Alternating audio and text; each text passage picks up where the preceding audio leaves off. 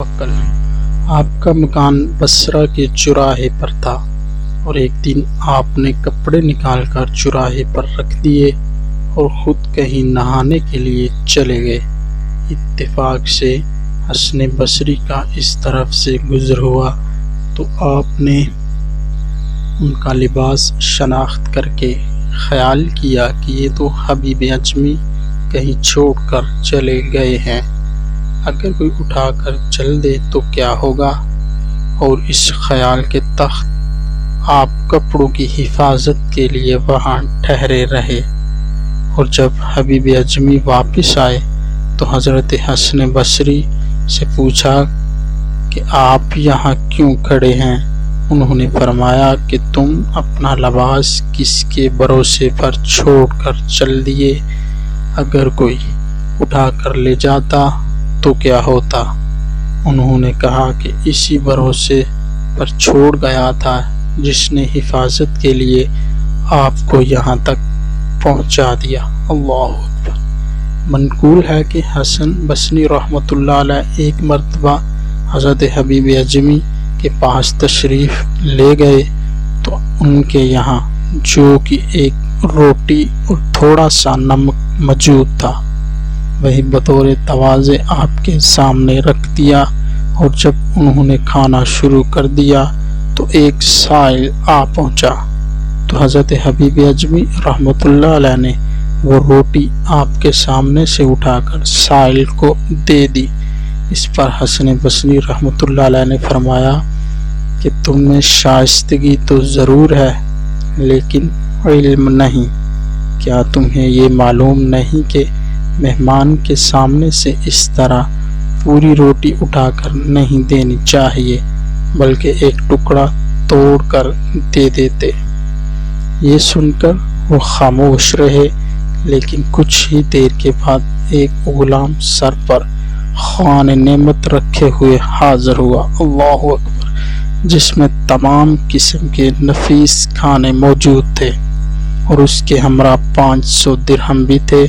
آپ نے وہ درہم تو غریبوں میں تقسیم کر دیے اور کھانا حضرت حسن بصری رحمۃ اللہ علیہ کے سامنے رکھ کر خود بھی کھانے بیٹھ گئے، اور کھانے سے فراغت کے بعد حضرت حسن بصری سے فرمایا کہ آپ کا شمار نیک لوگوں میں تو ضرور ہوتا ہے، لیکن کاش یقین کا درجہ بھی حاصل ہوتا تو بہت بہتر تھا۔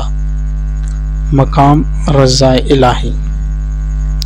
ایک مرتبہ حسن بصری رحمۃ اللہ علیہ مغرب کی نماز کے وقت آپ کے یہاں پہنچے، لیکن آپ نماز کے لیے کھڑے ہو چکے تھے، اور حسن بصری نے جب یہ دیکھا کہ آپ الحمد کی بجائے الحمد چھوٹی ہے سے قرات کر رہے ہیں تو یہ خیال کر کے کہ آپ چونکہ قرات کا تلفظ صحیح ادا نہیں کر سکتے اس لیے آپ کے پیچھے نماز نہ پڑھنی چاہیے، چنانچہ انہوں نے علیحدہ نماز پڑھی، لیکن اسی رات کو خواب میں اللہ تعالیٰ کا دیدار نصیب ہوا تو آپ نے عرض کیا کہ یا اللہ، تیری رضا کا ذریعہ کیا ہے؟ ارشاد ہوا کہ تو نے ہماری رضا پائی لیکن اس کا مقام نہیں سمجھا۔ آپ نے پوچھا وہ کون سی رضا تھی؟ ارشاد ہوا کہ اگر تو نماز میں حبیب اعظمی کی اقتداء کر لیتا تو تیرے لیے تمام عمر کی نمازوں سے بہتر تھا، اللہ اکبر، کیونکہ تو نے اس کی ظاہری عبادت کا تصور تو کیا لیکن اس کی نیت نہیں دیکھی، جبکہ ولی کی نیت سے تلفظ کی صحت کم درجہ رکھتی ہے۔ منقول ہے کہ ایک مرتبہ حسن بصری حجاج بن یوسف کے سپاہیوں سے چھپتے ہوئے حضرت حبیب اعظمی رحمۃ اللہ علیہ کی عبادت گاہ میں پہنچ گئے، اور جب سپاہیوں نے حضرت حبیب اعظمی سے معلومات کی تو انہوں نے صاف صاف بتا دیا کہ حسن عبادت گاہ کے اندر ہیں، لیکن پورے عبادت خانے کی تلاشی کے باوجود بھی حضرت حسن بصری کا سراغ نہ مل سکا۔ اور حضرت حسن فرماتے ہیں کہ 7 مرتبہ سپاہیوں نے میرے اوپر ہاتھ رکھا لیکن مجھے دیکھ نہ سکے، اللہ اکبر۔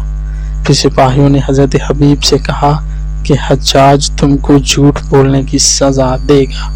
آپ نے فرمایا کہ حسن میرے سامنے عبادت گاہ میں داخل ہوئے تھے، لیکن اگر وہ تمہیں نظر نہیں آئے تو اس میں میرا کیا قصور ہے؟ چنانچہ پھر دوبارہ تلاشی لی گئی، لیکن ان کو نہ پا کر واپس آ گئے۔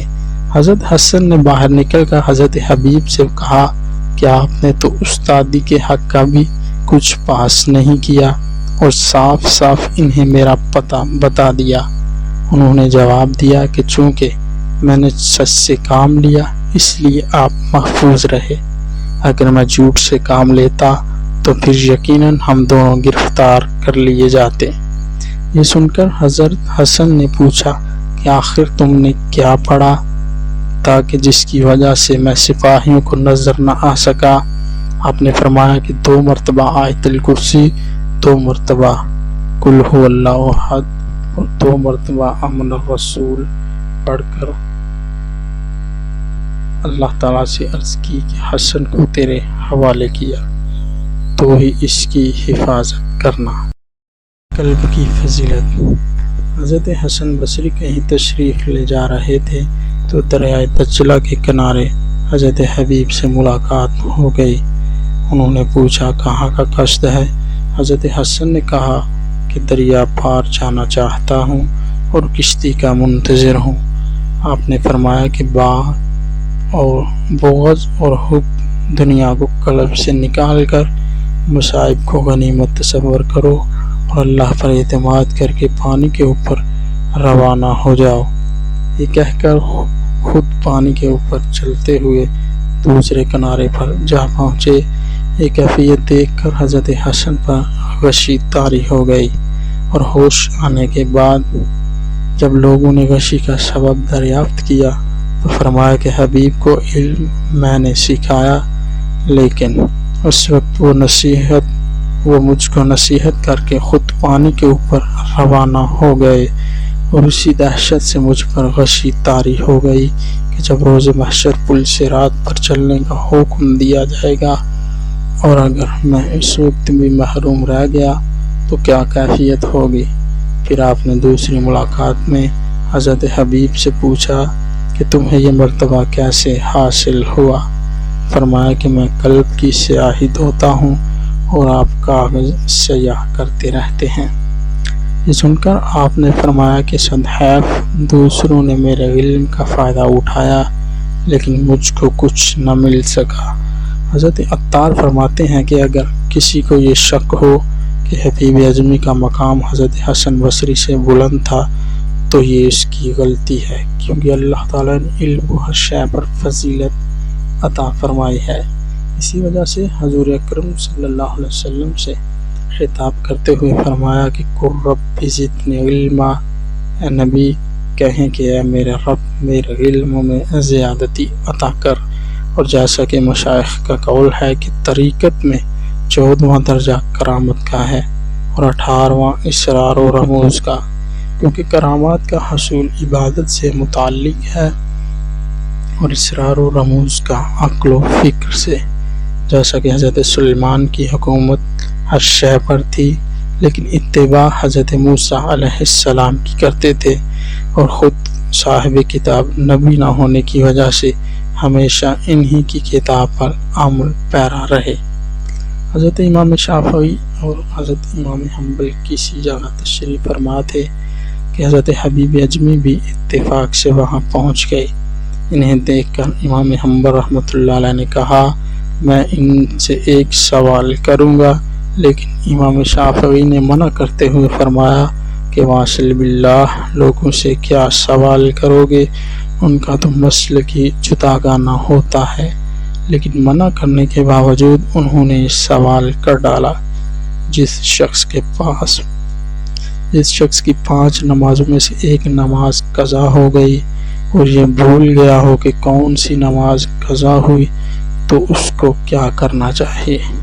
حضرت حبیب اعظمی نے فرمایا کہ سب نمازوں کی قضا کرے، اس لیے کہ وہ خدا سے غافل ہو کر اس قدر بے ادبی کا مرتکب کیوں ہوا۔ یہ سن کر امام شافعی رحمۃ اللہ علیہ نے کہا کہ میں نے اسی لیے منع کیا تھا کہ ان لوگوں سے کوئی سوال نہ کرو۔ ایک مرتبہ طریقے میں آپ کے ہاتھ سے سوئی گر پڑی، اسی وجہ سے غیب سے آپ کا مکان منور ہو گیا۔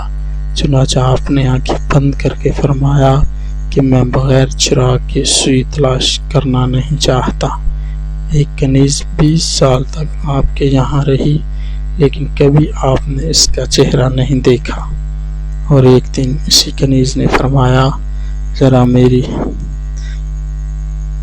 ذرا میری کنیز کو آواز دے دو۔ اس نے عرض کیا کہ حضور میں ہی آپ کی کنیز ہوں۔ فرمایا کہ 30 برس میں میرا خیال سوائے اللہ تعالیٰ کے کسی اور طرف نہیں گیا، یہی وجہ ہے کہ میں تم کو شناخت نہ کر سکا۔ اللہ اکبر کبیر، اللہ اکبر۔ جس وقت آپ کے سامنے قرآن کی تلاوت ہوتی تو مضطرب ہو کر گریہ وزاری کرنے لگتے۔ ایک دن کسی نے سوال کیا کہ آپ قرآن کا مفہوم کس طرح سمجھ لیتے ہیں جبکہ یہ عربی زبان میں ہے اور آپ اجمی ہیں؟ فرمایا کہ میری زبان گو اجمی ہے لیکن قلب عربی ہے۔ ایک مرتبہ آپ کسی کونے میں بیٹھے ہوئے کہہ رہے تھے کہ جس کا قلب تجھ سے مسرور نہ ہو اس کو کوئی مسرت حاصل نہیں ہوگی، اور جس کو تجھ سے انس نہ ہو اس کو کسی سے انس نہ ہوگا۔ لوگوں نے پوچھا کہ جب آپ گوشہ نشین ہو کر دنیا کے تمام امور سے دستبردار ہو چلے ہیں تو یہ بتائیے کہ رضا کس شے میں ہے؟ فرمایا کہ رضا تو صرف اسی قلب کو حاصل ہے کہ جس میں کوئی کدورت نہ ہو۔ ایک خونی تختہ دار پر چڑھایا گیا تو اسی شب لوگوں نے خواب میں عمدہ لباس زیب تن کیے جنت میں ٹہلتے ہوئے دیکھا، اور جب اس سے پوچھا کہ تم نے قتل کا ارتکاب کیا تھا پھر اس مرتبہ تک کیسے پہنچ گئے؟ اس نے کہا کہ سولی دیتے وقت حبیب اجمی ادھر آ نکلے اور میری جانب متوجہ ہو کر دعائے مغفرت فرمائی۔ یہ اسی دعائے مغفرت کی برکت کا نتیجہ ہے۔ اللہ اکبر کبیرہ۔